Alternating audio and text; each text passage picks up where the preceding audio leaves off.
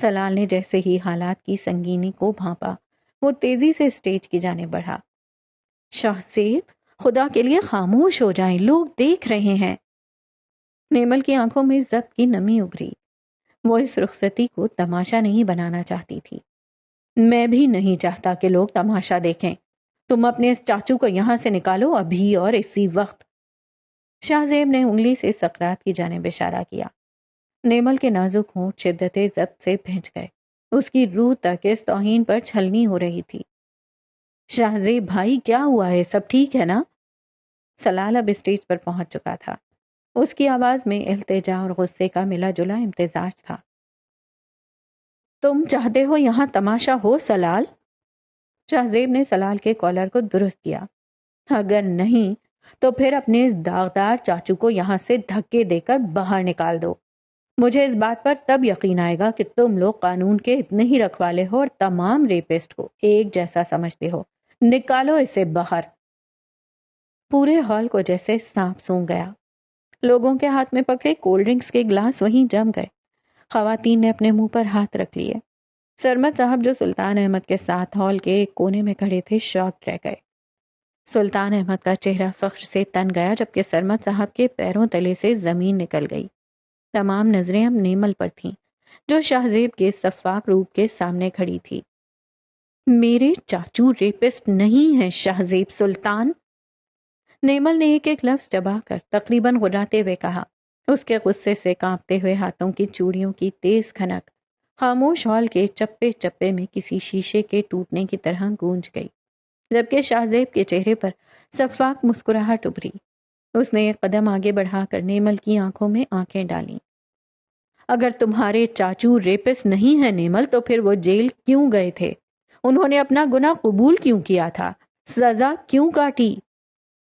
وہاں اسٹیج سے چند فٹ دور کھڑا سقراط سبکی اپنی جگہ پر بالکل جمع ہوا تھا۔ اس کا وجود اس وقت ریت کے بت کی طرح منجمد تھا۔ آس پاس موجود مہمانوں کی تمام حقارت بھری تیکھی اور زہریلی نظریں اس کے چہرے پر آ کر رک گئی تھیں۔ 10 سال پہلے بھی دنیا اسے اسی نظر سے دیکھتی تھی اور آج 10 سال بعد بھی تماشائیوں کا رویہ ذرہ برابر نہیں بدلا تھا۔ وہ چاہ کر بھی آگے نہ بڑھ سکتا تھا اور نہ پیچھے جا سکتا تھا۔ اس کے پیروں میں ماضی کی زنجیریں جیسے دوبارہ پگھل کر جم گئی تھیں۔ میرے چاچو نے اس گناہ کی سزا بھی کاٹی ہے جو انہوں نے کبھی کیا ہی نہیں تھا۔ نیمل کے لبوں سے غصے کا لاوا ابل پڑا۔ مگر تمہارا بھائی وہ ایک ثابت شدہ درندہ ہے جس نے ایک معصوم کی جان لی ہے۔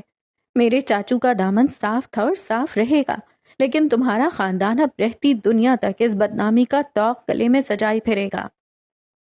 نیمل پل بھر کو بھول گئی تھی کہ وہ کہاں کھڑی ہے۔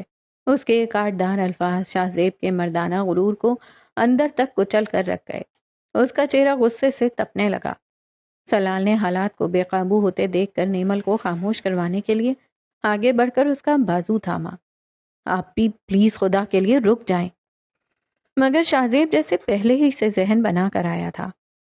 تو تم یہ کہنا چاہتی ہو کہ تمہاری اپنی خالہ نے تمہارے چاچو پر جھوٹا الزام لگایا تھا؟ نیمل ہونٹ بھینچے شاہ زیب کو دیکھ رہی تھی، جیسے وہ اس مرد کو پہلی بار دیکھ رہی ہو جس کے ساتھ اس نے زندگی گزارنے کے عہد کیے تھے۔ مہمانوں کے کٹہرے کے درمیان کھڑے سرمد صاحب اب اپنا ضبط برقرار نہ رکھ سکے۔ سلطان صاحب، یہ کیا ہو رہا ہے؟ آپ اپنے بیٹے کو روکتے کیوں نہیں؟ یہ وقت ان سب باتوں کا نہیں ہے۔ وہ ان کی طرف متوجہ ہوتے ہوئے بولے۔ سرمد صاحب، بچوں کو اپنے معاملات خود طے کرنے دیں، ہم بڑوں کو ان کے بیچ میں نہیں پڑنا چاہیے۔ سلطان احمد نے اپنے چہرے پر روایتی سختی سجائی اور انتہائی بے نیازی سے سگار کا دھواں چھوڑتے ہوئے کہا۔ اس حد تک آمیز جواب نے جلتی پر تیل کا کام کیا۔ ہاں، نیمل اور شاہ زیب کے درمیان بحث خطرناک حد تک بڑھ گئی تھی۔ سقراط ہال سے باہر جانے کے لیے جیسے ہی مڑا، نیمل کی آواز پورے ہال میں گونج گئی۔ چاچو، آپ کہیں نہیں جائیں گے، آپ کو میری قسم ہے۔ سقراط کے قدم وہیں رک گئے۔ اس نے ضبط سے آنکھیں میچ لیں۔ اس کی مٹھیاں بھیجی ہوئی تھیں۔ اگر شاہ زیب نیمل کا شوہر نہ ہوتا تو اس وقت اپنی ٹانگوں پر کھڑا نہ ہوتا۔ اسپیکر کے پاس بیٹھی زہرا بیگم دونوں کے اس ہولناک تصادم کے مابین بری طرح پس چکی تھی۔ وہ چاہتی تھی نیمل چپ ہو جائے، عزت سے رخصتی ہو جائے، آس پاس باتیں کرتے لوگ خاموش ہو جائیں، مگر وہ نیمل کی آنکھوں میں آنسو دیکھ کر اندر ہی اندر مر رہی تھی۔ مجھے لگا تھا تم ایک با اخلاق اور پڑھی لکھی لڑکی ہو نیمل۔ شاہ زیب نے تمسخرانہ انداز میں ہاتھ اٹھائے۔ وہ سب کے سامنے نیمل کی عزت کے پرخچے اڑا رہا تھا۔ مجھے نہیں معلوم تھا تم اپنے باقی خاندان کی طرح ہی جاہل ہو، اور مجھے نہیں معلوم تھا کہ تم اتنے بے غیرت ہو شاہ زیب سلطان، جس سے اپنی بیوی کی عزت کا بھی خیال نہیں۔ نیمل نے اس کے بار کا جواب اسی کی زبان میں دیا۔ وہ چاہ کر بھی خاموش نہیں رہ پائی تھی۔ تم جیسی لڑکی اس قابل ہی نہیں ہے کہ میری لائف پارٹنر بنے۔ وہ غصے سے دانت چباتے اس کی جانب بڑھا، جب عین اسی لمحے سلال آگے بڑھا۔ اس نے ایک ہی جھٹکے سے نیمل کو اپنے پیچھے کیا اور شاہ زیب کے بالکل سامنے آ کھڑا ہوا۔ اگر آپ میری بہن کو عزت نہیں دے سکتے شاہ زیب بھائی، تو میں آپ کے ساتھ بہت برا پیش آؤں گا۔ سلال کا سب جواب دے گیا تھا۔ ٹھیک کہا تم نے، رکھو اپنی اس بدتمیز بہن کو اپنے ہی پاس۔ شاہ زیب نے غصے اور نفرت کے عالم میں اپنے بائیں ہاتھ کی انگلی سے نکاح کی انگوٹھی اتاری اور اسے پوری قوت سے فرش پر دے مارا، جس کی آواز پورے سنسان ہال میں گونج گئی۔ نیمل! زہرا بیگم کی گھٹی گھٹی آواز ابھری۔ نیمل نے تڑپ کر ان کی طرف دیکھا۔ اس کی آنکھوں میں نمی تھی، جبکہ زہرا بیگم کی آنکھوں میں التجا ہی التجا تھی۔ تم کسی بھی خاندان کی بہو بننے کے قابل نہیں ہو، تم اسی قابل ہو کہ تمہاری بارات واپس چلی جائے۔ شاہ زیب مزید زہر اگل رہا تھا۔ یہ سنتی ہی زہرا بیگم کے دل پر جیسے کسی نے آری چلا دی۔ انہوں نے اپنے سینے کو دونوں ہاتھوں سے دبوچ لیا۔ پورے ہال میں مہمانوں کے منہ کھلے کے کھلے رہ گئے۔ نیمل نے خالی، بنجر اور سپاٹ نظروں سے شاہ زیب کو دیکھا۔ اس کی آنکھوں کا پانی یکلخت خشک ہو گیا۔ سلال کے صبر کا پیمانہ لبریز ہو گیا۔ اس نے ایک جھٹکے سے آگے بڑھ کر شاہ زیب کا گریبان اپنے دونوں ہاتھوں میں دبوچ لیا۔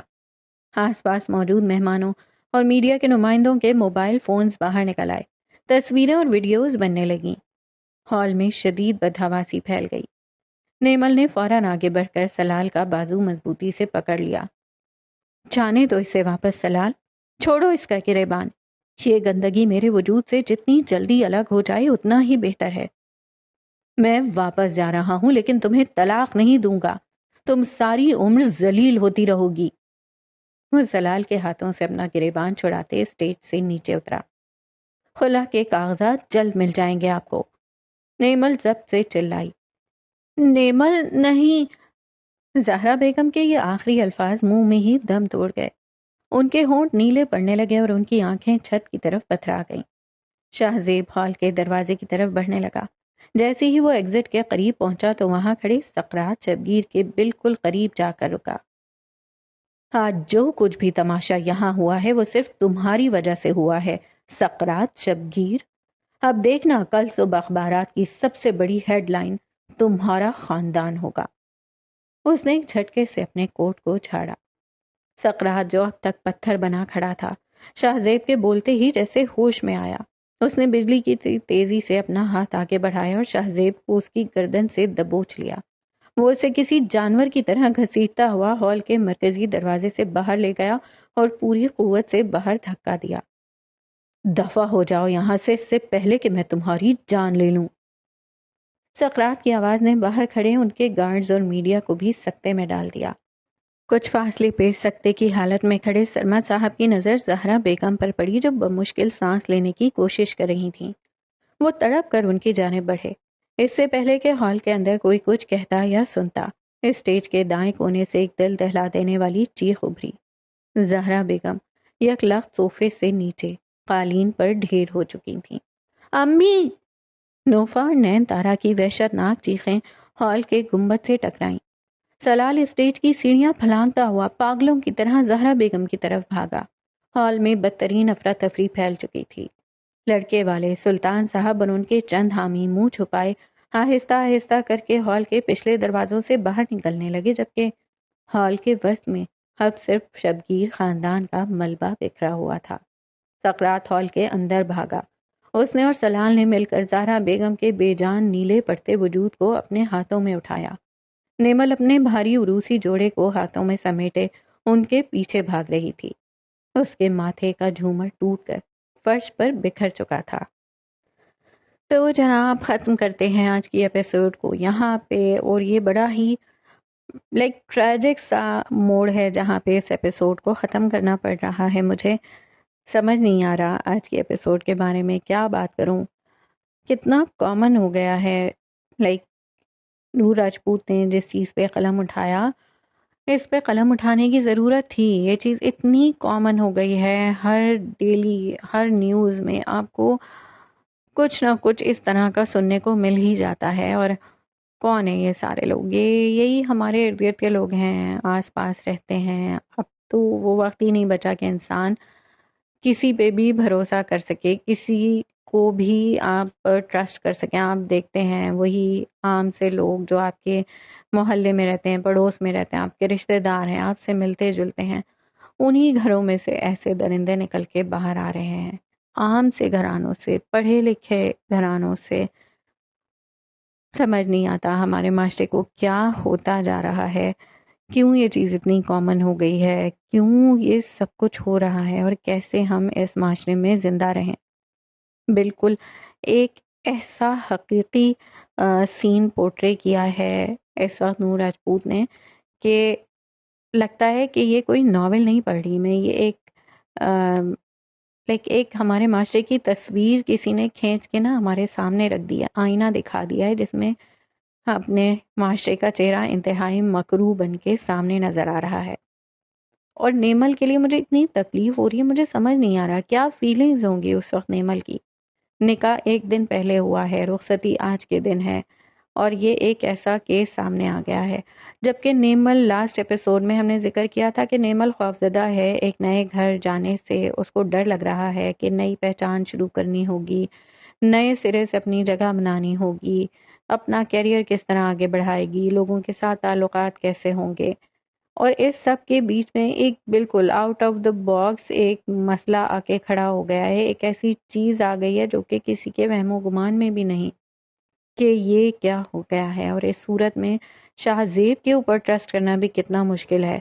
جس گھر کا ایک لڑکا ایسا ہے اس گھر کے دوسرے لڑکے پر بھی شکوک و شبہات اٹھتے ہی ہیں. لیکن اس نے پھر بھی اپنے شوہر پہ ٹرسٹ کیا. اس نے کہا کہ میں مشکل وقت میں اپنے شوہر کے ساتھ کھڑی ہوں گی. کتنا مشکل ہے نا اس بیلنس کو مینٹین رکھنا کہ آپ غلط کا ساتھ بھی نہ دیں اور آپ اپنے شوہر کے ساتھ کھڑے بھی ہوں.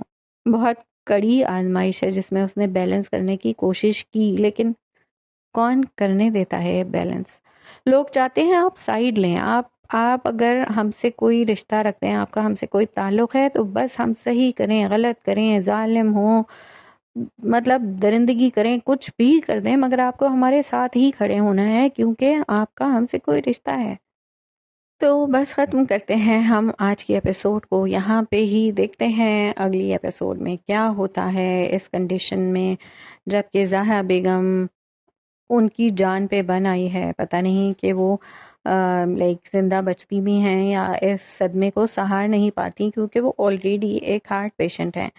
تو اس کنڈیشن میں جو ابھی ان کی کنڈیشن میں ہے شی مسٹ بی کریٹیکل. دیکھیں آگے کیا ہوتا ہے. اللہ حافظ.